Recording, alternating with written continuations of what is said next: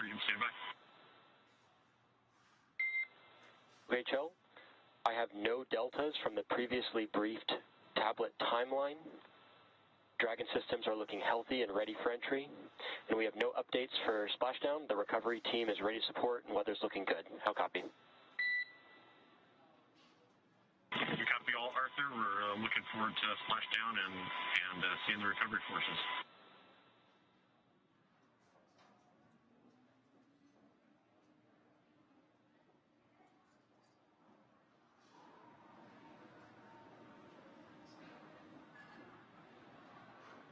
Crew there chatting with the Corps here in Mission Control Hawthorne. That's what you're seeing there on your screen.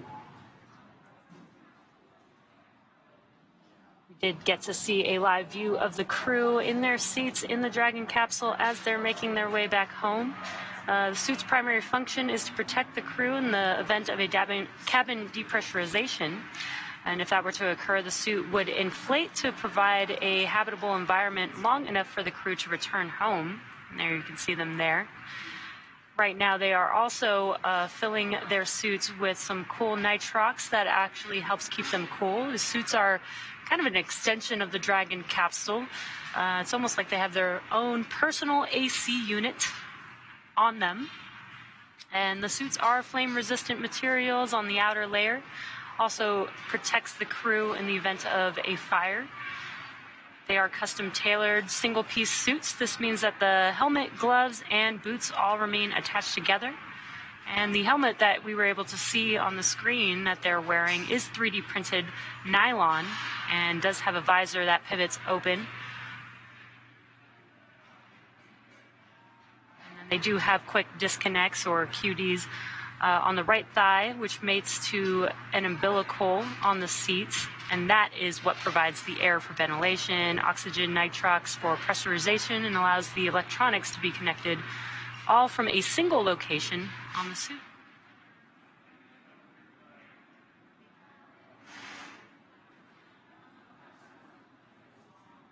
And again, if you're just now joining us, we are live watching Crew-4 return home to planet Earth from the International Space Station. We've had the deorbit burn, we've jettisoned the trunk for the vehicle, and the nose cone has closed on Dragon Freedom. And again, another live view inside of the capsule there. And SpaceX from Freedom, tablets are secure, restraints are tightened, and our visors are down. We are ready for entry.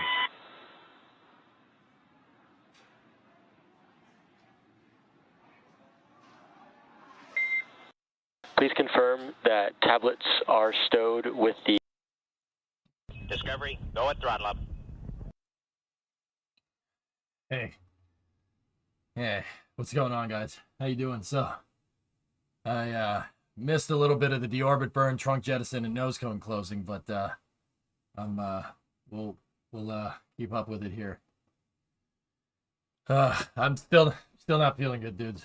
I honestly, you know, like I don't mean to make this about me. We'll watch this. I'm good enough. You know, like if everybody ever given blood before, like that.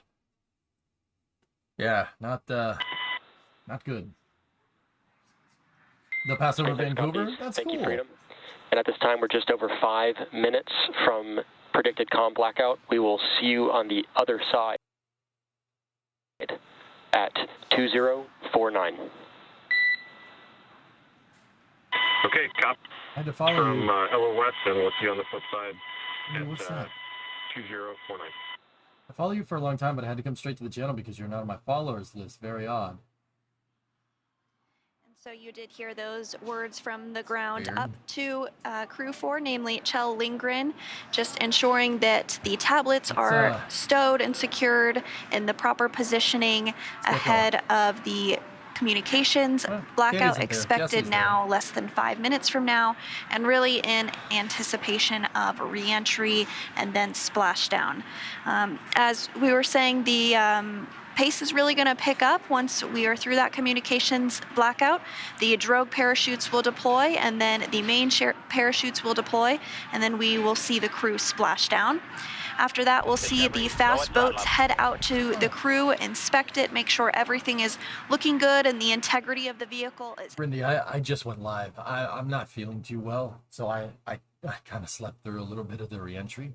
So that's probably why. It's probably just took a second to tick in the followers list. In fact, if check followers right now on another tab, see if I show up. I'm pretty sure I will. It's probably just because I just went live and the page didn't your followers page didn't update, because it takes a second for Twitch to recognize that I'm going. You know what I mean? 55 Pacific time, so just a few minutes from now, and we are coming up on that communications blackout that is as expected as well. Yeah, and this blackout period is basically when the vehicle is entering back into the Earth's atmosphere. It is heating up and plasma is building around the capsule, which prevents communications with here in mission control. Lasts about 6 minutes. It is nominal. Did everything go okay with undocking? There's no VOD of the stream from earlier. Yeah, no VOD. What? And we do have yeah, the docking was fine. I'm just not feeling well today, guys. Equipped with some imaging technology that will be able to get pretty much the first views of the Dragon capsule on its return back to Earth. So we are getting some of that footage right now. We are anticipating that communications blackout and loss of signal here shortly. This is really the beginning of that period where the crew themselves will be re-entering the Earth's atmosphere. Yeah, Shelty, please. I could do without that.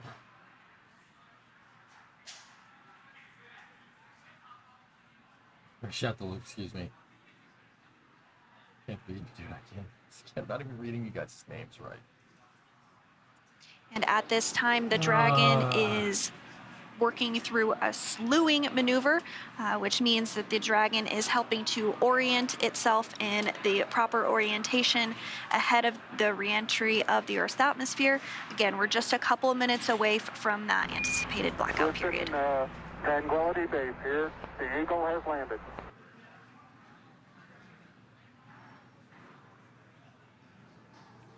Too kind. Thanks, ARJ. You're too good to me, man.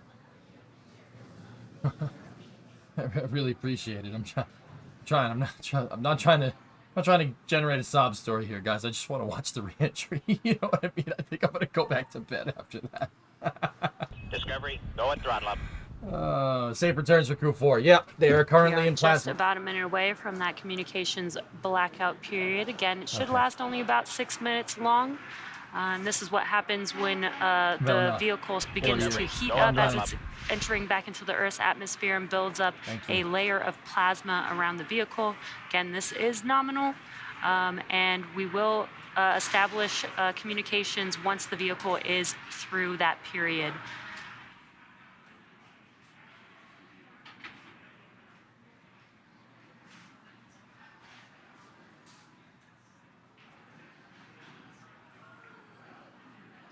So we are hearing that the Dragon is beginning to hit the Earth's atmosphere here, really at the upper limits of the atmosphere. So that's going to help to slow the vehicle down quite a bit, but we are now seconds away from the anticipated loss of signal. SpaceX janitor, doing SpaceX things. That 100 is for your shop funds. Alex, I will use that to buy batteries for my electric impact driver. My brother-in-law gave me a Milwaukee impact driver, and I have no batteries for it. I will buy a battery and a charger with that cash. Does it give a sonic boom? Standing by for confirmation that we are in the communications blackout. I'll show you. Look.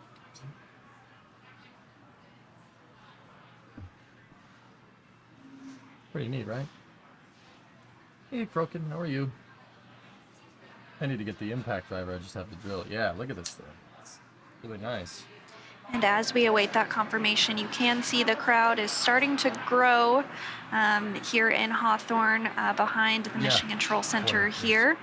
Looks like folks are trying to get a good view as we anticipate splashdown here in a little less than 15 minutes. Yeah, we do get pretty excited when we are bringing crew back Yeah, home. It is pretty exciting to watch them as they touch back down on planet going, Earth. They've been out in space for about 6 months now. 6 months. All right, stand by for the comm check.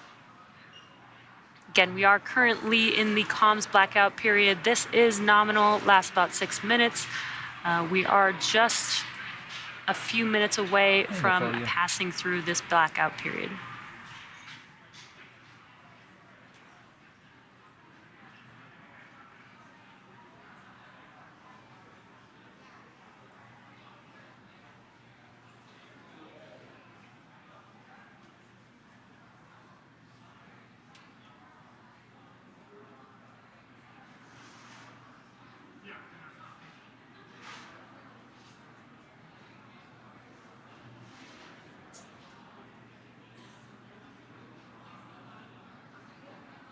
How many G's are they pulling right now?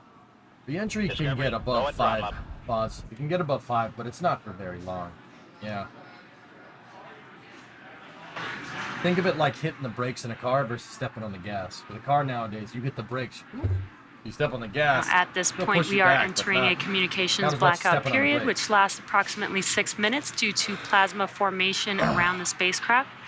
Now, during this time, no vehicle telemetry is received by mission control or the recovery team, and no external commanding of the vehicle or voice communication is possible.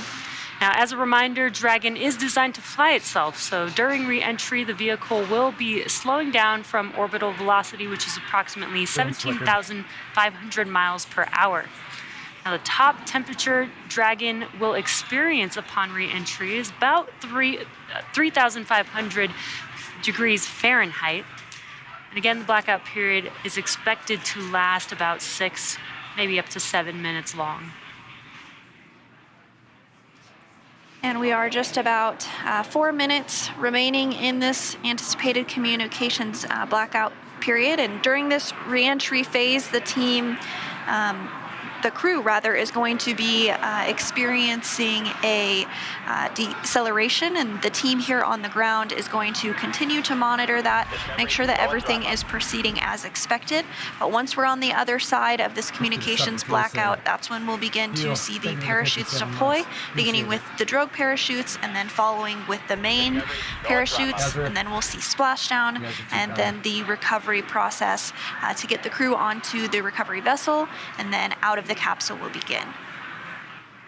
And we did mention the high temperatures that the vehicle is seeing during this blackout period. So there is nitrox flowing through the suits that the astronauts are in, and that helps keep them cool. You got to be a lot more careful when launching, Pop. Long story short, what's the target? Where are they coming down? They're coming down in the ocean. The ocean's pretty big. The ISS is very small, right? Oh, there we go. We got a good image of the capsule coming in. So we are getting our very first views there from the WB-57 of the capsule as it re-enters the Earth's atmosphere. Those views coming from an infrared camera that is on board. Yep. So this is an IR on a WB-57. WB-57 is a NASA high-altitude reconnaissance plane. They use it for weather, like monitoring weather, and it also has a gimbal. Basically, it has a PTZ camera on the nose, like a high-powered PTZ camera, enough to image capsules coming back in. Yeah, look up WB-57s. They're really cool. So the team will continue to track Dragon as it re-enters the Earth's atmosphere. We now have about 3 minutes remaining in the blackout period, but again, the WB-57 that is deployed is getting those views of Dragon already. So up here, you can see... Once the expected blackout period is up here, you can see the latitude and longitude of the plane, and then the flight level that it's at. It's 18,900 mean sea level, so it's 18,900 feet that way. Which will confirm acquisition of signal.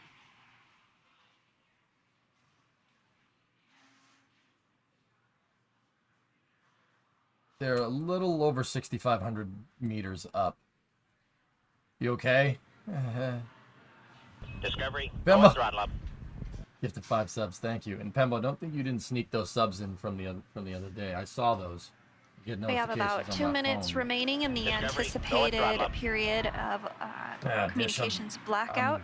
Now, it's powering not it through an the day. I don't exact really feel good, science. There might be some screw that. I variation don't that want to talk about occurs. me. I want to We talk might about hear this. from the Discovery, crew a go little at throttle up.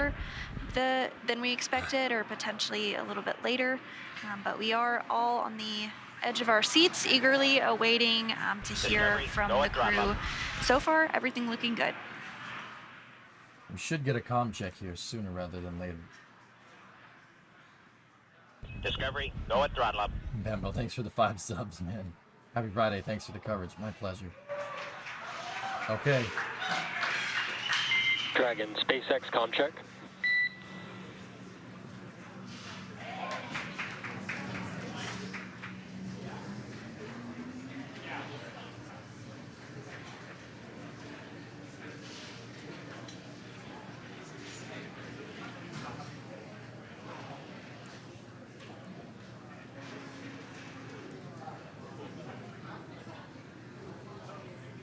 Continuing to get those views from the WB-57 of Crew Dragon as it continues to make its way closer and closer to splashdown. Freedom, SpaceX comm check. And SpaceX, Freedom has you loud and clear, coming through 30 kilometers altitude. Copy and concur. Expect automated chute deployment. Freedom copies. We'll be monitoring. And HEPSs converge. Expect nominal chute deployment altitude. Good. Good, good, good. Freedom copies. Looking for nominal chute deploy. All right. Well, Jesse, it is absolutely phenomenal to hear from the crew on the other side of that communications blackout period. We are continuing to get these great views from the WB-57 high-altitude aircraft, providing that thermal imagery. We did even see the tail of entry of the vehicle, and it's just absolutely beautiful to see that. So we also heard We did hear a call up to the crew that they are expecting the automated drogue deployment, so we're just standing by for confirmation that Dragon's chutes have deployed.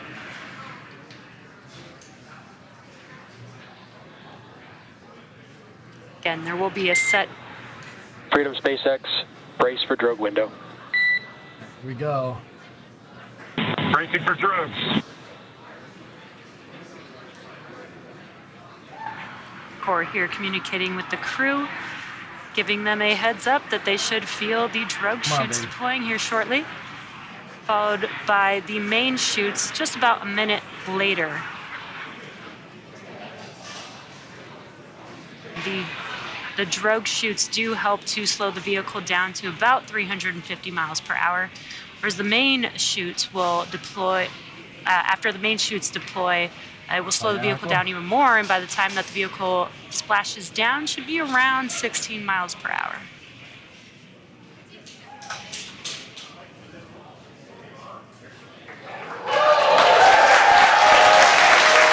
We're cheering.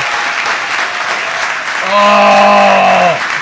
And there's those drogue chutes, and you can hear the crowd here very excited to see them deploy. Dude, drogue cam. Holy crap. That's cool. 2 drogies. Drogue chute descent rate nominal and visual on 2 healthy drogues. Freedom copies. Oh.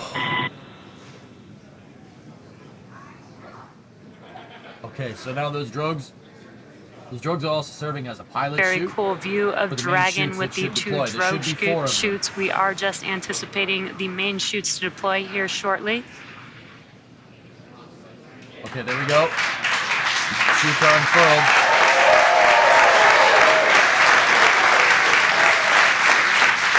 Should get an inflation here. 1, 2, 3, and 4. Main chute descent rate nominal, visual on 4 healthy mains. That's the way it's done. And freedom copies. 4 healthy mains. No, they can't, Steve.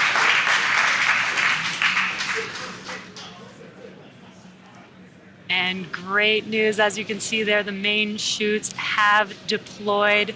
slowing the Dragon vehicle down significantly, down to approximately 119 miles per hour. So if you guys notice, Freedom is 1,000 meters.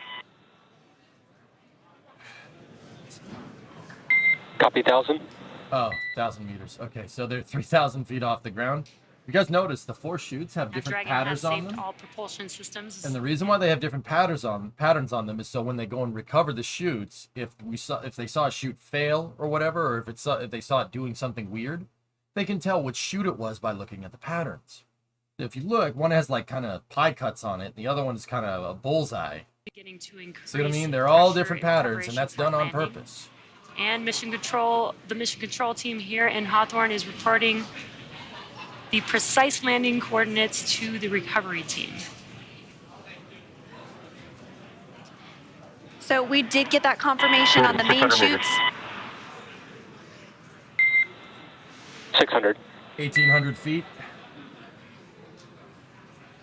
Why not just The put crew numbers is on them? now 1, 2, 3, 600 4? meters away from They splash. put the patterns on there, Vulcan, so they can also see the exact spot where the chute fails. That's why. If you put a number on it and painted the chute white, you wouldn't know exactly where it fails or why it failed. They can look at the patterns. It's the same reason why rockets, when they go up, some of them have checkerboards on them, like the Saturn V, for instance. Same exact reason. 400 meters. 1,200 Copy feet. 4. Provides more margin against unlikely parachute issues. We had to learn No how to way, make Dave. Dragon waterproof. But once you do, it is a rinse, review, and reuse type of process. And we are just about a minute away from splashdown of the Dragon vehicle back onto planet Earth. And hearing good callouts of the altitude of Dragon as Freedom's it's at 200 meters. We're bracing for splashdown. Copy. Brace for splashdown. And again, that descent rate is as expected here. Pretty soon we should be able to see the view of the ocean come into view as Crew Dragon Freedom with 4 astronauts on board prepares to splash down after spending 170 days in space after launching on April 27th. Thanks to the raid, Sneaky. Okay, here we go.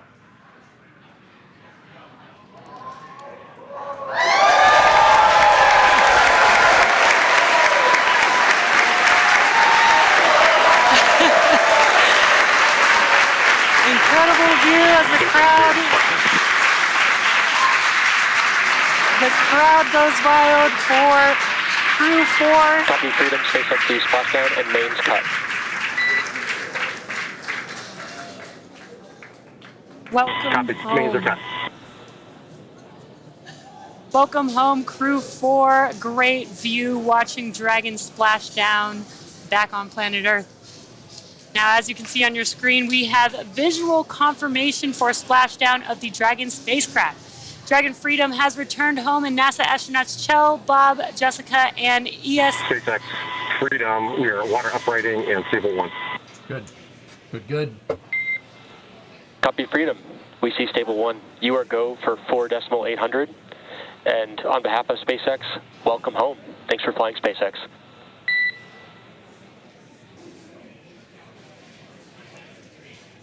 And SpaceX from Freedom, thank you for an incredible ride up to orbit and an incredible ride home. Glad to be back.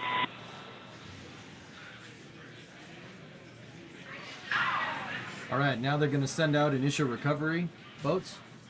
Some of the boats will go and grab those As you can parachutes, see, and the other Dragon ones will Freedom has go and returned sniff home, around and the NASA capsule. astronauts Chell, Bob, and Jessica, and ESA astronaut Samantha are back on Earth after an approximately 5-hour return journey from space. The SpaceX recovery ship and team has been waiting for Dragon splashdown, and they will now make their way to the splashdown location. And we did hear the call out that the vehicle is in Stable 1. That's the configuration that we were hoping for. Stable 1 means it's in the ocean upright as expected, and you can see that exactly on your screen here. So the teams have been ready and waiting about 3 nautical miles away.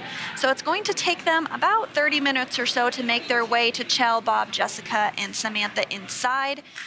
But about a minute and 30 seconds after the landing, Mission Control Hawthorne will give the go for final approach and the safe approach. And then about 2 minutes after landing, the approach boat will begin those inspections that we discussed earlier. That's just to ensure that everything is as expected with the vehicle. X-Dragon, complete with waiting for...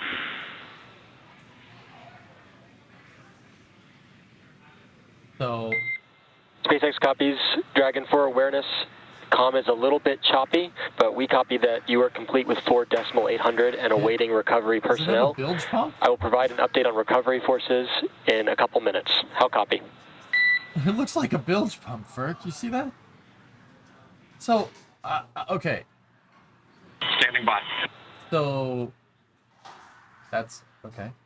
So you can see right here, that's the parachute motor. They basically shoot the parachute rigging out with a mortar. It's like a big shotgun shell, only instead of buckshot in there, you have the parachute rigging. It shoots it out. The parachutes are stowed in this hatch right here, guys.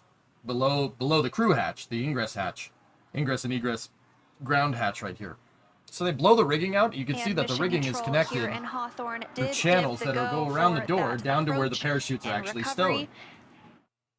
Now, when the vehicle is flying, you want to keep a low center of mass with your capsule. You want to keep your center of mass closer to the heat shields so the capsule flies through re-entry correctly. You don't want it doing a nuclear warhead and flying nose first, right? That wouldn't be good. So they try to keep the center of mass down low. Part of that is rigging the parachutes down there. So you can see that the drogues pop out of here and the main chute mortars pop out of there, and then 4 parachutes are stowed in this thing. It blows the hatch off when the parachutes deploy and the 4 chutes inflate. Now, the interesting thing is, I don't think I've seen this. I don't know why it's doing that, but what I do know is that the parachute deploy, this parachute deploy box right there, obviously water is going into it, right? But the water that's going into it is, Freedom, SpaceX is go for recovery personnel to approach. Expect personnel alongside within the next couple minutes. Okay. Personnel is cleared to approach. That water, this hatch is actually two-fold. Copy. Crew says it's... We're just seeing some friendly faces. Crew says it's okay. Cool.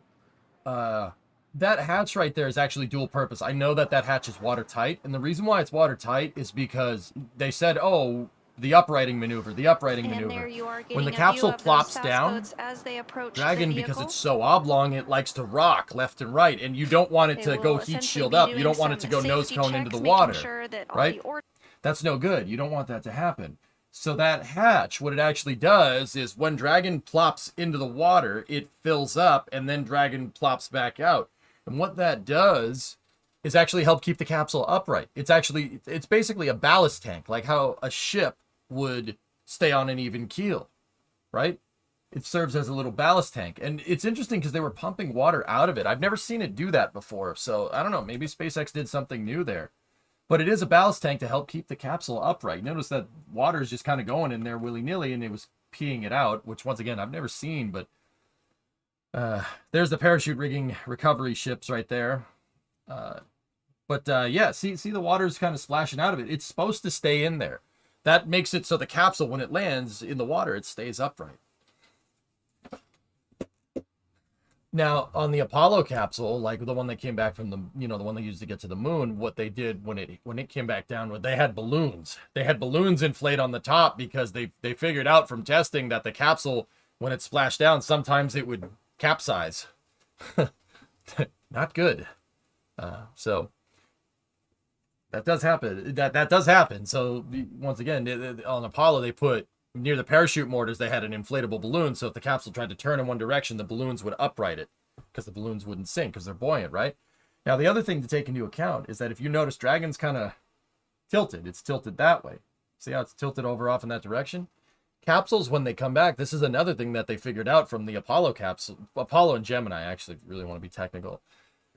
Not only do they keep the center of mass low, but the center of mass on a capsule is actually slightly offset to one side. It's offset off of the longitudinal axis of the vehicle. So the longitudinal axis would be the up-down. It would be this axis, up and down this way.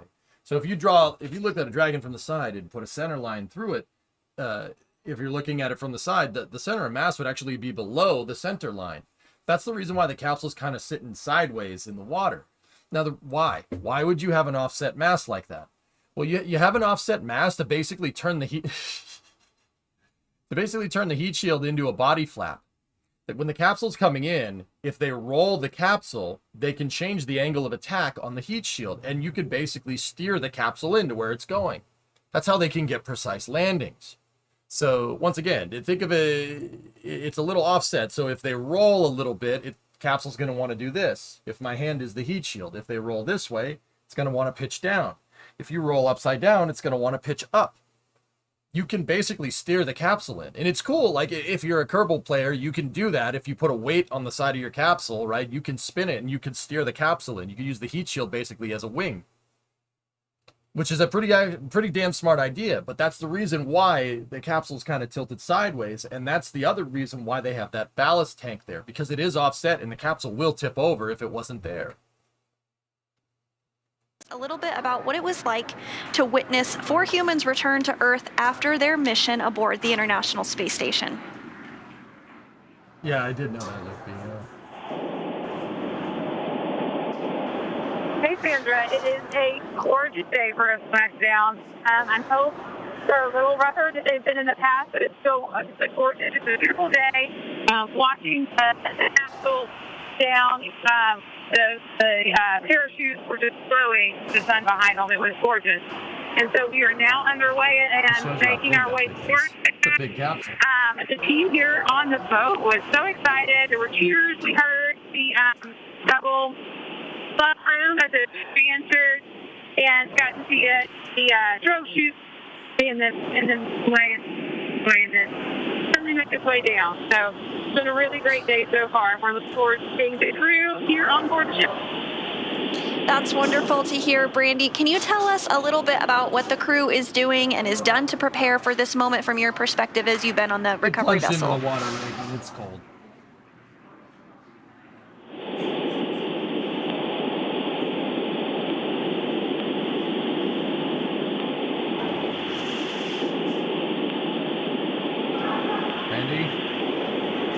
I don't know if I lost you or not. I haven't heard any questions yet, in other words.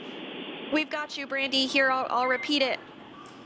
Freedom, SpaceX, hypergol sweeps, and unfired ordnance checks nominal. The rigging is in progress. Approximately 5 minutes until capsule lift. Stand by for PMC with SpaceX flight surgeon. Private conversation. Private medical conversation, PMC. Not private military contractor. I know somebody was thinking that. Not you, but you were. You definitely were. They basically got to talk. They basically talk to the doctor real quick and make sure that they're okay. Rigging has begun. I'm sure you have a much better view of it yourself on the boat, but can you tell us a little bit more about what the crew on the boat is doing to get ready for the next steps to bring the capsule onto the boat? I knew it. And it sounds like we may have lost Brandy. They are out at sea, so communications can be a bit spotty. We might be able to join back with her a bit later. But you Brandy's are gone seeing bye-bye, right chat. now someone on the capsule. They are doing what is called rigging. You see that they're tossing some different equipment up to them, and that's to ensure that the vehicle is ready. Freedom, SpaceX, I will be privatizing Dragon to ground now. The next call you hear will be from the SpaceX flight surgeon on the recovery vessel. Freedom copies. So when they're talking about rigging, there's 2 types of rigging that's going on. So those here. call-outs They're de-rigging the parachutes. So the other boats took the parachutes, and they detached the parachutes from Dragon, and it's recovery rigging, right? They're getting all the parachute rigging off. What they're installing now is the load rigging to be able to pick the capsule up onto the ship. Whatever that thing is. I don't remember seeing that thing before. Is working to this secure guy's got a Dragon sweet and job. enable it to be What do you lifted do? onto the recovery vessel here and just I go out into the ocean and No wrestle throttle. dragons. Crash. Another prime number of months. 61 month total. Thank you. I mean, you know if you had that job, that's and what so you'd once say. this That's process what you'd say to is people. I go in complete, the next go and steps will be wrestle to dragons in the hoist ocean. up Dragon and place it Hi, guy. onto the boat, onto the platform. And Hi. then that platform Man. itself will Okay. be moved so that Okay. the crew can egress a short time after that. All right.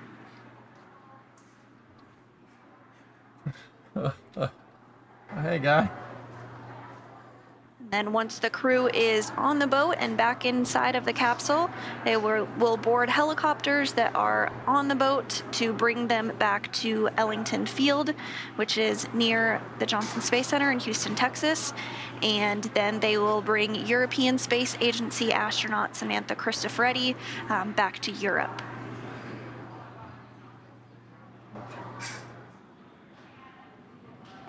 Ah, yes, Europe.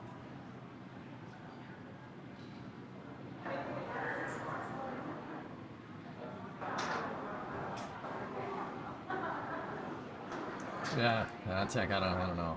My rope?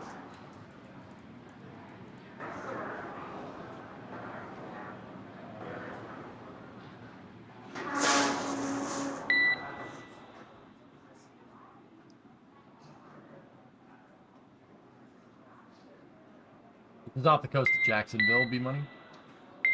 Freedom, SpaceX, PMC complete, and Dragon to Ground is no longer privatized. Okay, Freedom copies. Thank you.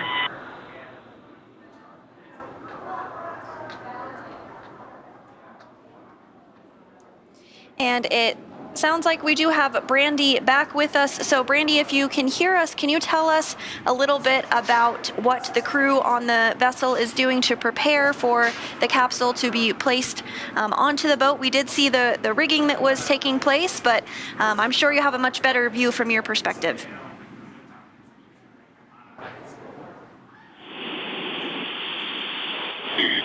Yeah, the view is pretty great from here. We can see the boat getting the rigs ready, as you said. It sounds like you guys already heard kind of a good check from the crew, and sounds like everyone is doing well on board. I don't know how much you were able to hear earlier. It was a beautiful, gorgeous touchdown with the sun shining behind parachutes. So everyone here is really excited to be getting the crew back on board here in the next few minutes. The ship left around the time of undocking today, and then the NASA and ESA teams joined up by a few hours later. So since then, it's been getting the medical room ready. It's chilled down, and it's going to be really comfortable for the crew. It's been just a little time there, just as long as it takes for the crew to feel kind of work up to making the helicopter ride back to dry land. They will do a few medical tests first. They'll give them an IV to get the fluid that they lost, while they were in space, back into their bodies, help them readjust to gravity a little better. Just do regular medical checkouts and that sort of thing. And then when they get back to Jacksonville, that's when the fun really starts with the scientific tests that are things, a number of things, but including tests that will kind of talk a little bit more about what to expect when we are sending crews to the moon and Mars. They'll do things like having them step up stairs and see how they're able to handle that, having been in space for several months, and get on the ground looking like they've fallen and try to get back up. Things like that will really help us be sure that we're ready when we're sending crews to different dry land in the future. And then from there, they'll get on planes, go back to Houston. They will spend at least a night, or the Americans will spend at least a night in crew quarters at Johnson Space Center to make sure they're doing well before they jump right into their recovery period of medical tests, scientific tests, and a lot of exercise to get them reconditioned and used to life back in gravity again. Meanwhile, Samantha will be going back to Europe. She'll leave pretty much right away once they get back to Houston. Thank you so much, Brandy, for that insight and sharing your firsthand experience of what it was like to witness splashdown from the recovery vessel. We really appreciate you taking the time to speak with us, but we'll let you get back to it and enjoy your time out there.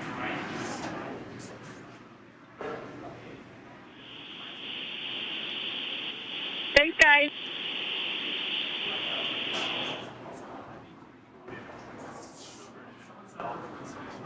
No, I don't see any Florida Man Navy this time, guys. The Coast Guard has a restricted area. And as recovery procedures continue as expected, we did have a splashdown that occurred at 1:55 p.m. Pacific time this afternoon, and you do see a wonderful photo on the left hand of your screen of that splashdown with the main parachutes all deployed. Really the moment that Crew Dragon Freedom touched Earth again for the first time in 170 days.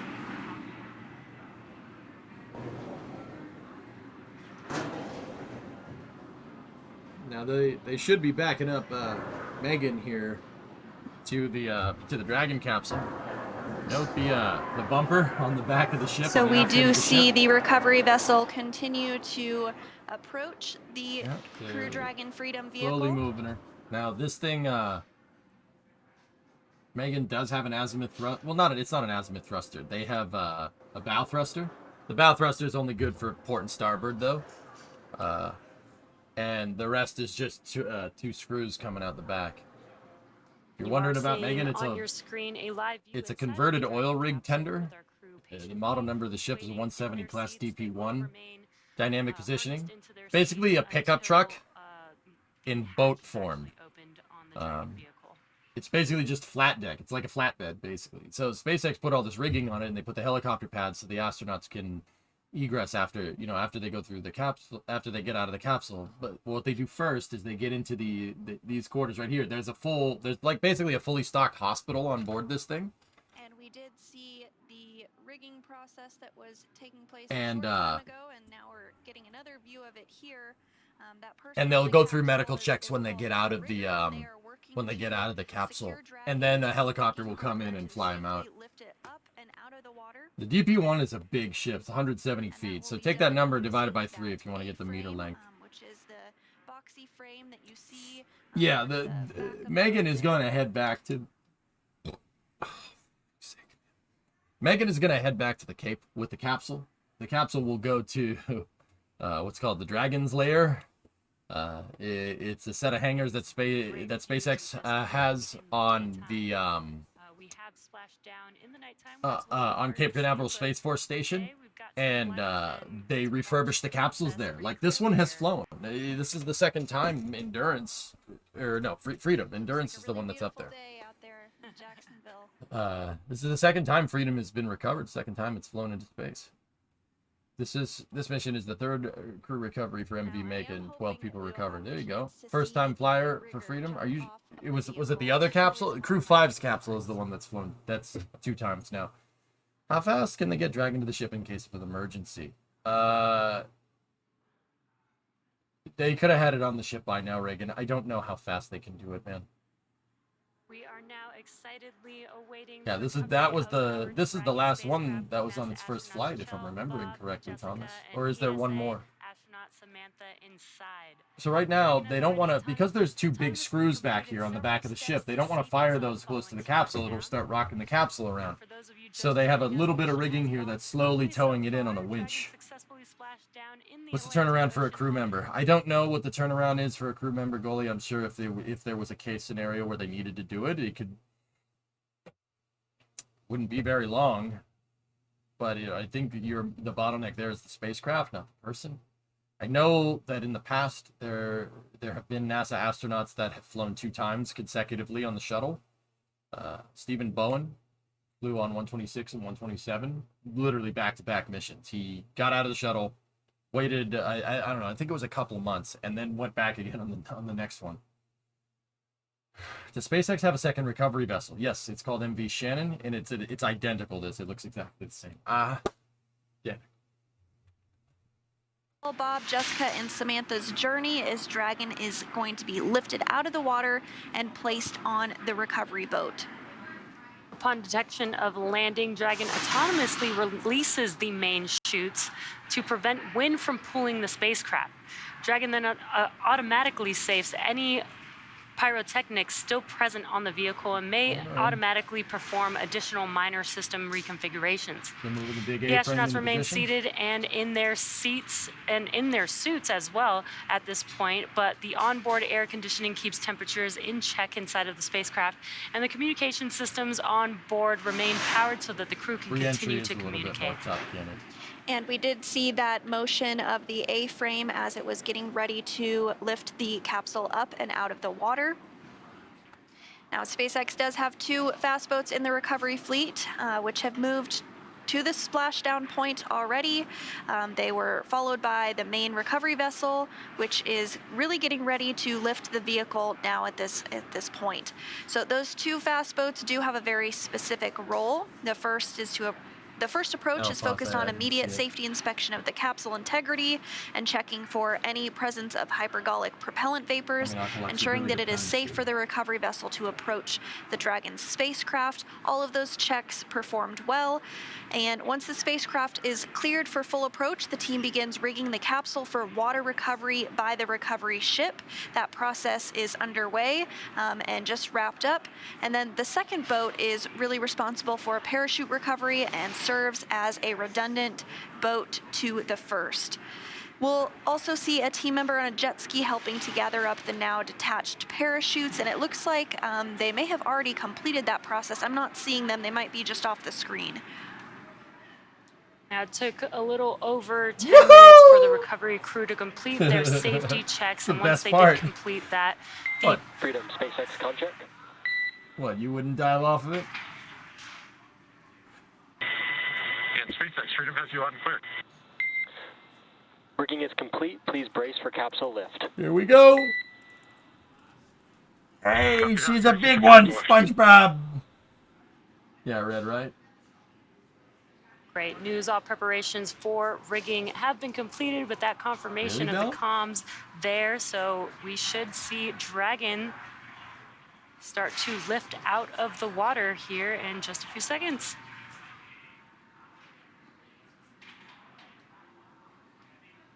Okay. Winch hasn't pulled taut. Let's see. Should go in and the recovery teams are now preparing to lower the vessel's hydraulic lift mechanism into the water to bring the spacecraft into the on-deck translation system known as the deck. Dragon will remain known as the nest, and Dragon will remain in this nest during the crew extraction and then for the journey back into port. They're holding for something, guys. So here momentarily we will see the capsule being lifted and set on the nest. It will then be centered and oriented and then translated into the hangar underneath the helipad aboard the ship so that we can open up the hatch.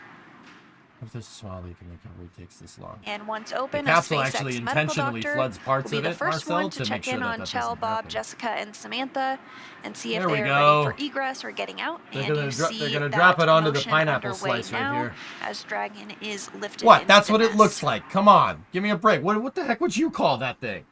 It's a pineapple slice.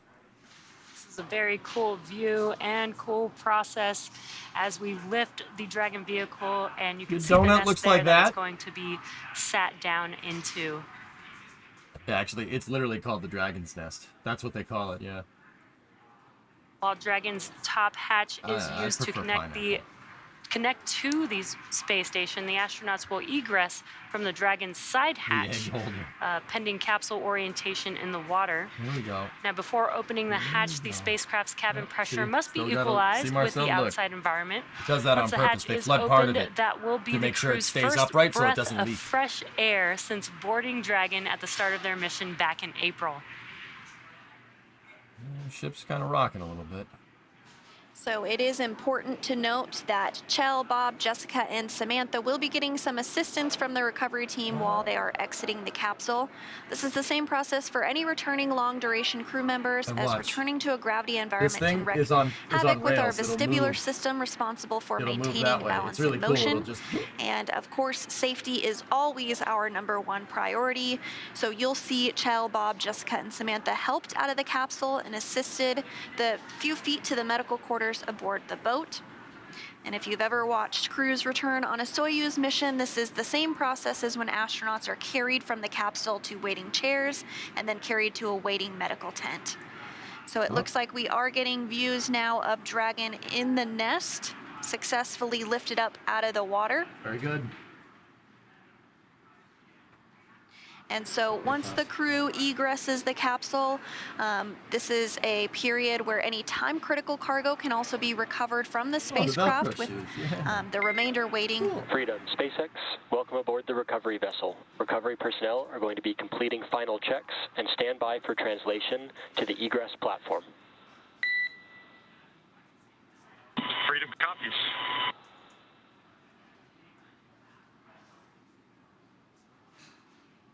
Discovery, go at throttle up.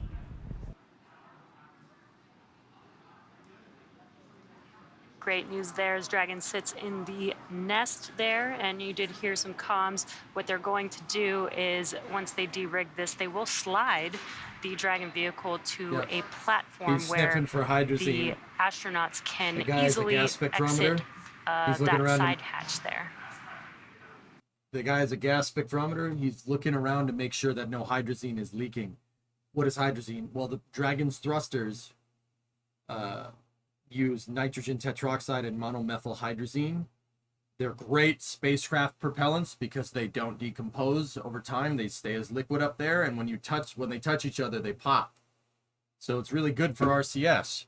But they're also really bad for you. You don't want to inhale it. They had a problem in the 70s with the Apollo-Soyuz test project capsule where it leaked hydrazine and almost killed the astronauts.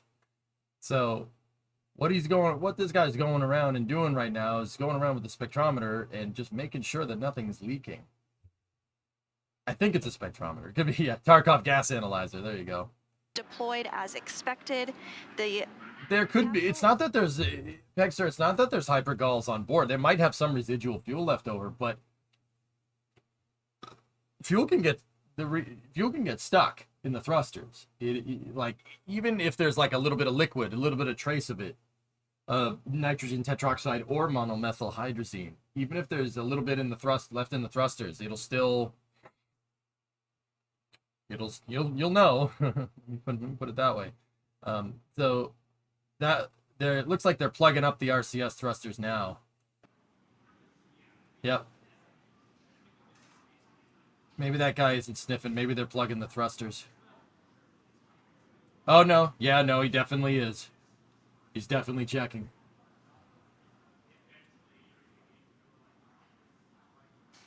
It smells like pizza. Gee, don't tell me that pizza smells good, man. How would I know?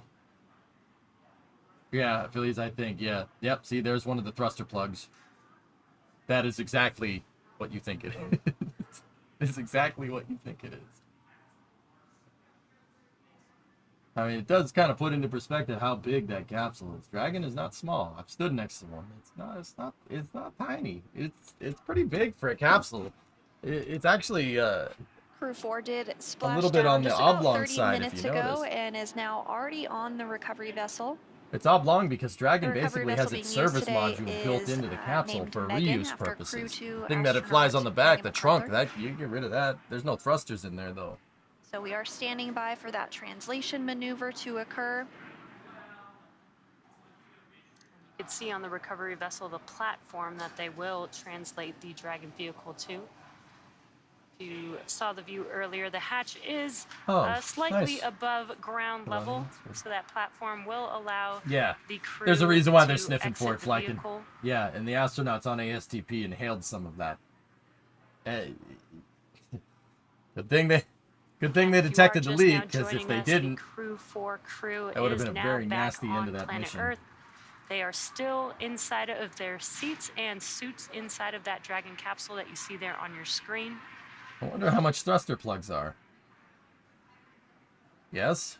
Yeah, I wonder that And too, so after Lava. this translation maneuver occurs, the next steps will be for the folks on the recovery vessel that are specialized in opening up that side hatch that will begin that process. So you see over there where the white building is under the medical helicopter doctors pad, on or the board white that will help structure take on care top of of the the ship? crew Dragon after the actually hatch moves. It's opening, on tracks. and will conduct like a a train. series of initial checks move it towards before they are flown by towards helicopter back to shore. midship here. The recovery vessel, as you can imagine, takes quite a bit of time to get It's out actually a great drone shot. into the splashdown zone. So the crew is flown off of the vehicle on helicopters and then take aircraft and fly back home to Houston for How our does 3 one NASA specialize in astronauts opening on a board, hatch? and An then ASC for our certification, ESA Adam. astronaut on board, Samantha Cristoforetti, she'll head back You think to I'm kidding? Europe.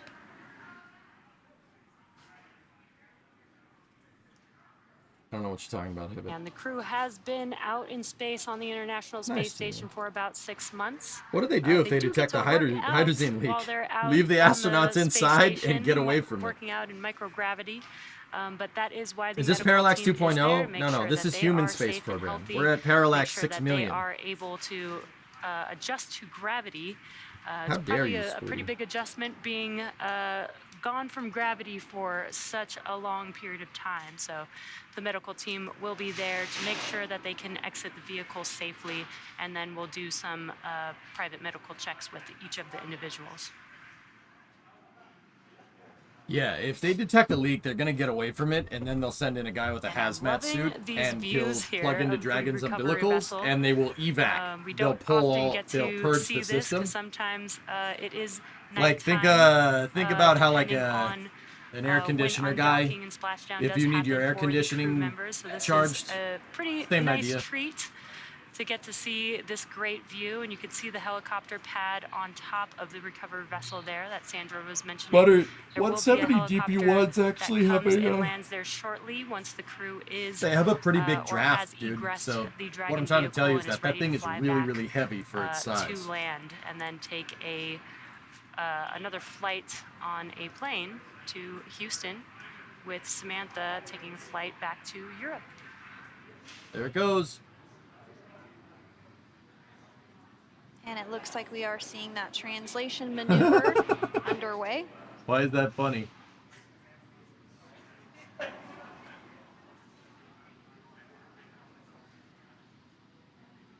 panel is to the right of the capsule.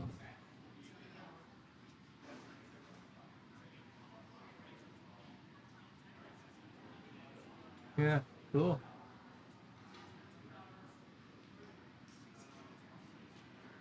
And coming up next, once this translation maneuver is complete, the I don't crew think on so, board Ender.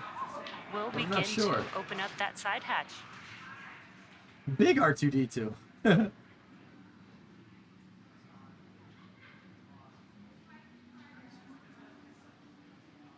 helicopter flight. Yeah, they're freshwater hosing it. It's probably to get the salt water off. Chief's probably right. How warm is the Dragon now since they keep spraying it? Once again, fellas, I'm pretty sure they're getting salt water inside Crew Dragon Freedom. They were only spraying the bare metal the parts. You know crew what I'm saying? does have their visors. It's kind of hard to tell from this angle if they're up or down, but when they egress from the capsule, we do expect those visors to be up. It'll be their first breath of fresh air in 170 days since they launched back in April. Actually, check that out. That's the thruster plumbing right there. That's all the tanks and all the plumbing diagrams for the thrusters. That's interesting that Bob has that up. At least I think that's what I'm looking at. Kind of hard to tell.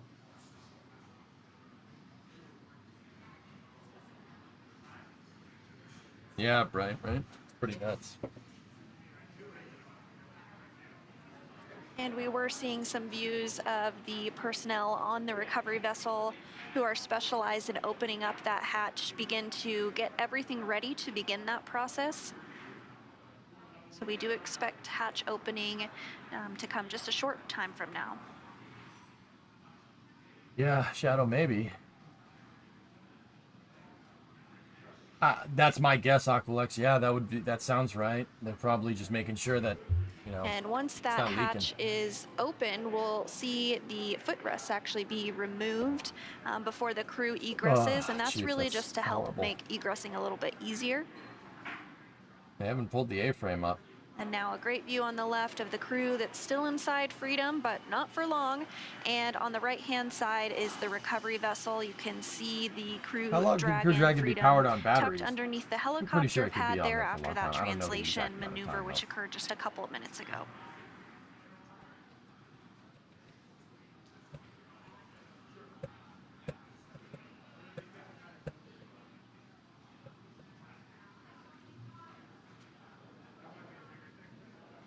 Does the ISS air smell different due to the different mixture than normal Earth air?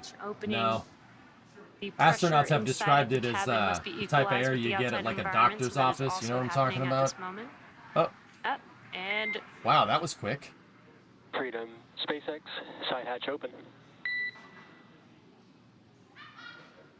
There's the hatch ceiling flange right there. Hey, what's up? And the side hatch is open. These recovery personnel are the first people the crew has seen on Earth since their launch trying day. real hard to not just fall those asleep. folks they saw on I feel that terrible. day were the closeout crew who closed the hatch back in April. This is excellent. I believe that is the You gotta flight pay, surgeon there. They really got that thing open briefing fast. the crew, welcoming the crew, as well as briefing them for the next steps in the operation. Nice, Pod. That's cool. Yeah, Animal, it looks like he went in and did the Peace Among Worlds thing. You know what I'm talking about? It means peace among worlds.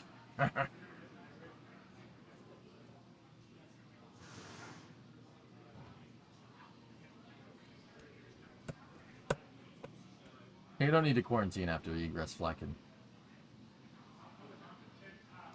Now that the side hatch is open, the recovery personnel are going to work to remove those footrests, and then after that we should see the crew begin to egress the capsule. Is Dragon reusable? It is, G. The one that's up there. The Crew-5 Dragon. It has been reused twice. Other dragons, I think, have also been reused twice. I don't think any one of them has been used 3 times, though.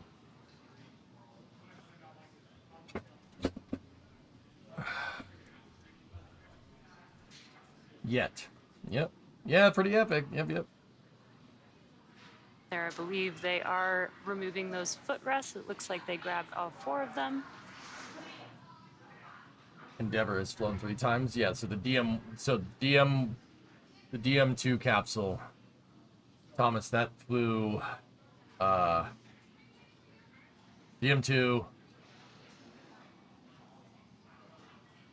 Some smiles, Crew-2 and thumbs up. Crew-5, right? Looks like they're feeling pretty good. No. So we are standing by for the egress of Crew-4. They will exit the capsule one at a time. Crew-2 and AX-1, And yeah, also getting that's right, a AX-1. nice welcome home photo in. I'm not all with it, dude.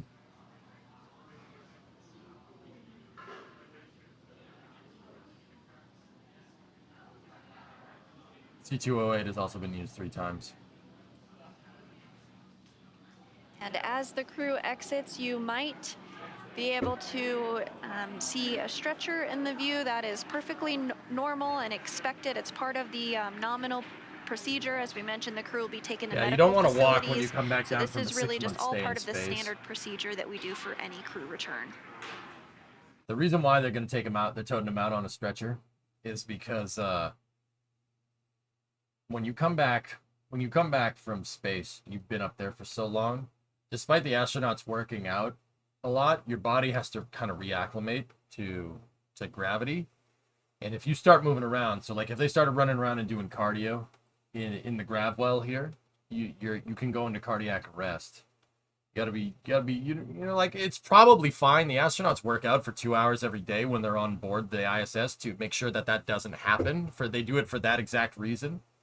But you don't want to take any chances. With that being said, Mike Hopkins, when he egressed out of the Dragon capsule, he walked out and went, yeah, and then walked away. They were like, the stretcher's here. He's like, no.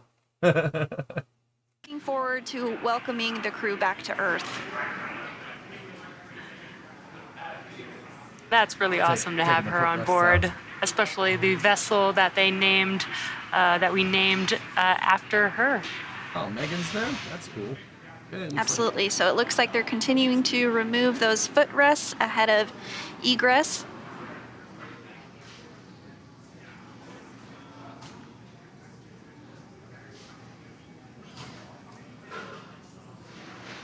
Yeah, please. There you go.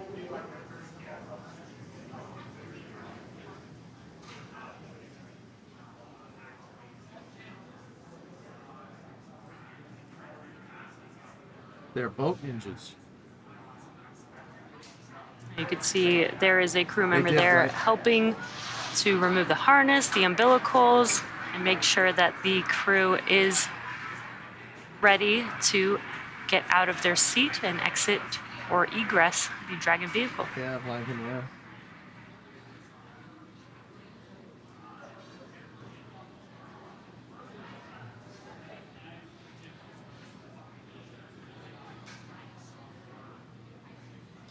And once the crew does egress, they'll take part in those medical checks, and then after that they will board helicopters where they will fly back to shore, at which point they will board a plane and fly back to the Ellington Airport just outside of the Johnson Space Center in Houston. And then for our ESA, or European Space Agency astronaut, Samantha Cristoforetti, she'll head back to Europe. Yeah, like Scott Kelly did. Scott Kelly, Mikhail Kononenko, they did a mission a couple of years ago called Year in Space, and they were up on the ISS for a year.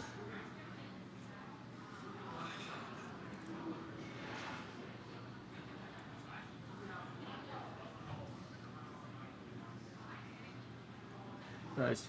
Fellas.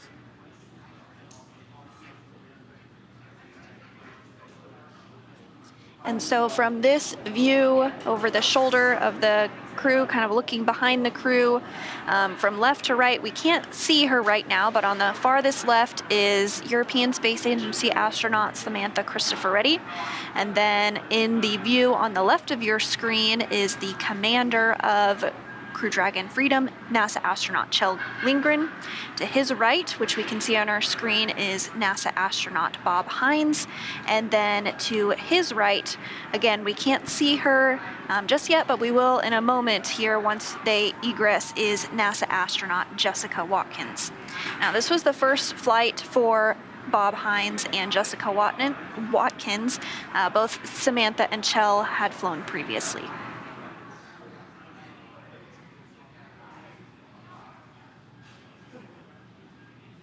I also believe you mentioned a pretty cool fun fact about Samantha being having one of the longest amount of time out in space, correct?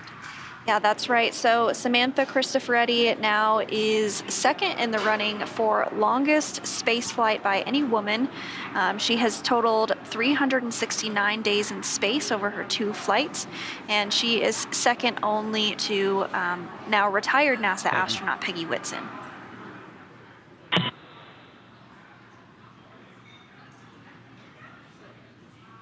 There we go. Bob's coming out.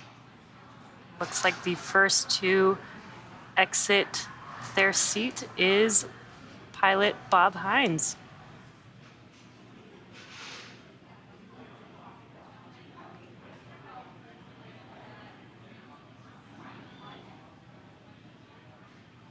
Yeah, she's pretty cool, Thomas. Or not Thomas, T-Man. Excuse me. See? That's how you know. T-Man, that's how you know I'm not doing good. And so again, you do see that stretcher to the left of the screen there. That is all part of our standard procedures. Looks like we're getting some claps and cheers for Bob Hines. First out of Crew Dragon Freedom. What, Riados? There we go. Bobby! It's me, your daddy. Good boy, though. There we go. So there's Megan MacArthur over there on the left. She flew on Crew 2 right there. It's here in the blues. Anybody that's wearing blues. And a high five to Megan MacArthur.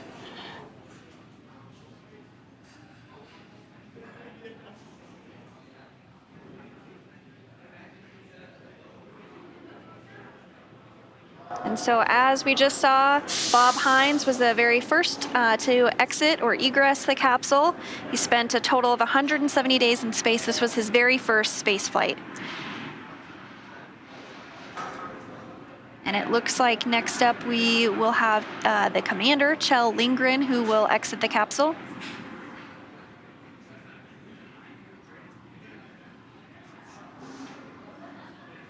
This is his second space flight. He's logged a total of 311 days in space.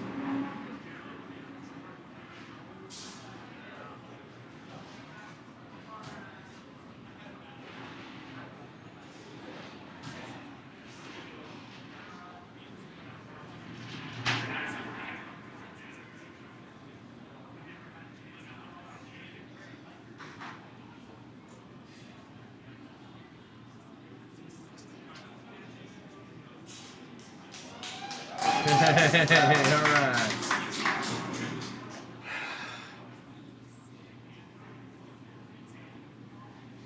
And Kjell Lindgren is now outside of Crew Dragon Freedom.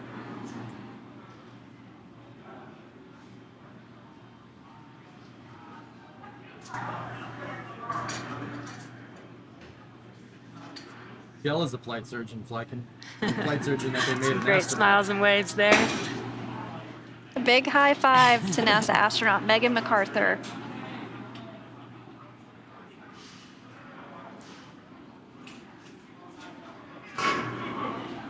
Okay. Recovery personnel now working to get Jessica Watkins ready to egress.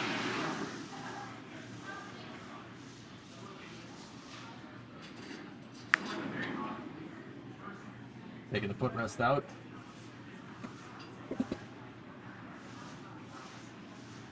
Now, Faza, I'll be back in a couple hours.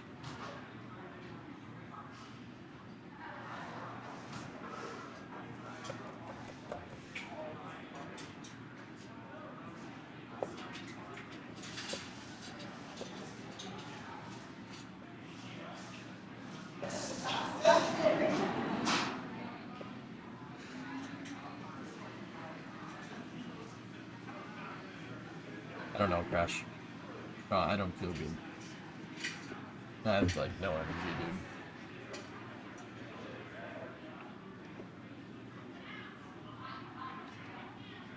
So just 5 hours ago, this vehicle was docked to the International Space Station, and now we have 2 of the 4 crew members having been removed after a successful splashdown. I'm not gonna say that helped. We are standing by for another first-time flyer, Jessica Watkins, as she is egressed from the capsule. I'll be all right, Bill.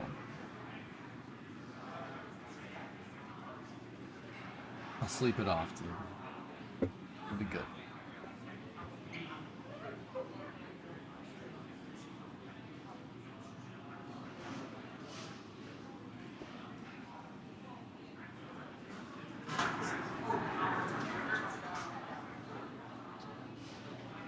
Jessica's out. And there she is, There you go, NASA Jess. astronaut Jessica Watkins, standing up for the first time in about 6 months. I'll be back for Falcon 9 SATA. Or SATA. What are you, a hard drive?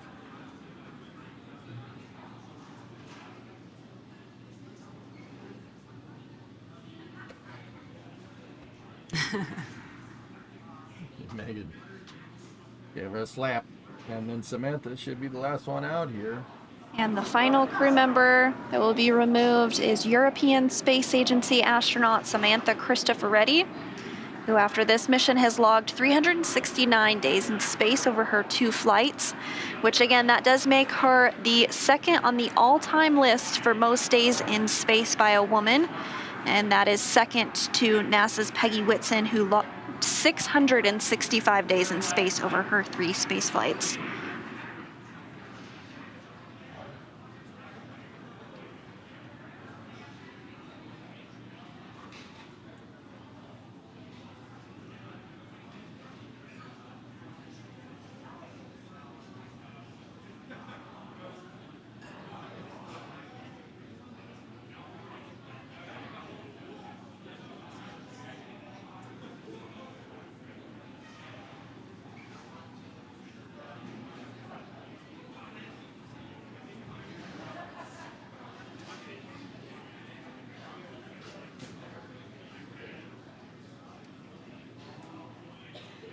What is it, Scott Kelly, the most days in space for a man? Is that record already been broken? No, Scott Kelly never even came close. It's Gennady Padelka has the most time in space, if I'm remembering correctly. There we go, number 4. Samantha's egressing here.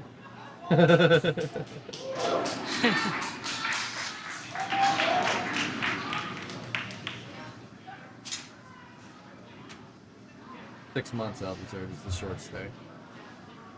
There is ESA astronaut Hey, ciao. Samantha Come Cristoforetti, stai? now egressed from the Dragon vehicle, the final crew member of Crew 4 to exit the vehicle.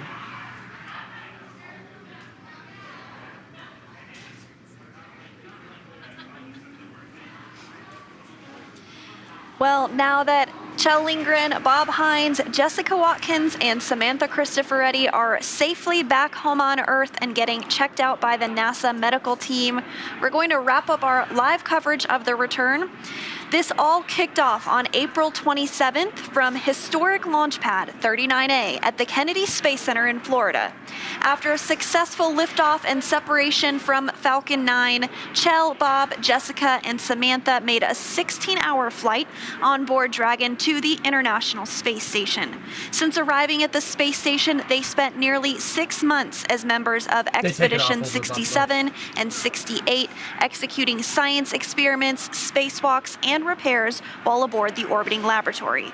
And their journey home began earlier today, October 14th, when they closed the hatch to Dragon and undocked from the International Space Station at 9:05 a.m. Pacific time. After 4 successful departure burns and a phasing burn to line up their orbit, Chell, Bob, Jessica, and Samantha rested for a few hours before waking up to prepare for re-entry this morning. We jettisoned Dragon's trunk and performed our final on-orbit maneuver, the de-orbit burn, at 1:01 p.m. GMT or Pacific time to send Dragon on the path home. The spacecraft re-entered the Earth's atmosphere and slowed its descent with successful deployments of 2 drogue parachutes and 4 mains, with the final splashdown occurring off the coast of Florida at 1:55 p.m. Pacific time. Now, following that successful splashdown, we saw SpaceX recovery experts move in and prepare Dragon Freedom for its lift onto the recovery vessel. And just a little less than an hour ago, following splashdown, we saw Chell, Bob, Jessica, and Samantha make their way out of Dragon into the recovery ship's medical facilities, safe and sound. And next up, they'll catch a helicopter flight back to shore, where they'll transfer to aircraft that will take them home. Chell, Bob, and Jessica and Samantha will take a NASA plane for the short flight back to Houston, and Samantha will board a plane back to Europe after that. They'll be reunited with their families to bring an end to this successful mission. It's been an honor and a privilege to share their journey with all of you as we continue this new era in human spaceflight. Our return today marks the end of the direct handover we just executed after successfully launching the Crew-5 mission to the space station just a little over a week ago. It has been an incredible honor and joy to share this mission with the public. All the teams from SpaceX and NASA continue to work hard to keep America leading the world in human spaceflight. Continue to follow SpaceX and NASA online and on social media for updates for the very latest on crew and cargo flights to and from the International Space Station. And we'll continue to share the progress of Chell, Bob, Jessica, and Samantha on social media as they travel back home. Now, we also do have a post-splashdown media telecon coming up at approximately 3:30 p.m. Pacific time, 6:30 p.m. Eastern, where leadership from NASA, ESA, and SpaceX will share a final update as we conclude this successful mission. So we'll say thanks one more time for tuning in and cheering on Chell, Bob, Jessica, and Samantha as they made their return back to planet Earth. From all of us at NASA and SpaceX and ESA, welcome home, Crew 4. So long.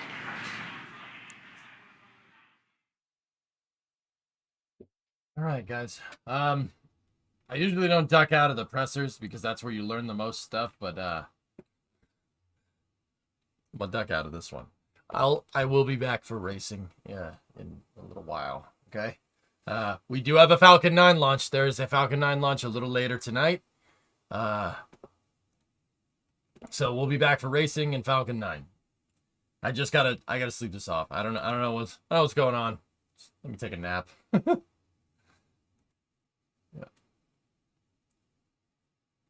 All right. So thank you guys for watching. I hope you enjoyed the Crew 4 coverage, even though I didn't think I casted it very well. I feel like trash make. I don't know what it is. I had no energy today, dude. I was trying to code and I'm like, potato.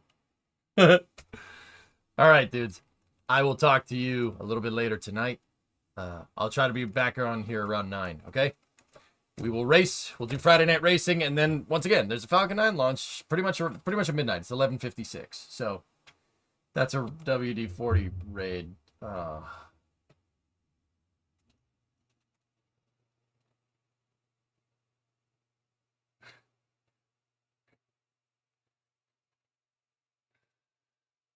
Oh, hi, Raiders.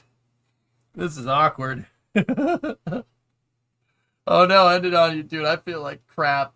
Let's find. Yo, my buddy Rocket Guy is streaming. Let's go raid him. Rocket Guy is an aerospace engineer that plays Kerbal. Let's go see what he's doing, please. Thank you so much for thinking of me. I really appreciate it, but man, I feel like trash. I'm going to sleep. Oh my goodness. Rock Guy's starting up. Let's go give him a raid, W, okay? Hi and bye. Hi, Lyle. Bye, Lyle. I'll see you guys later. Thank you so much for the raid, WD. I do appreciate it. Guys, follow WD40. Does awesome bird watching streams. He's a good dude. Rocket Guy is streaming now. He's playing Kerbal, so I'll give you guys your space fix with him. I'm going to go take a nap. I'll be back at 9. Thanks for watching, okay? Type in the raid command. I'll see you guys then.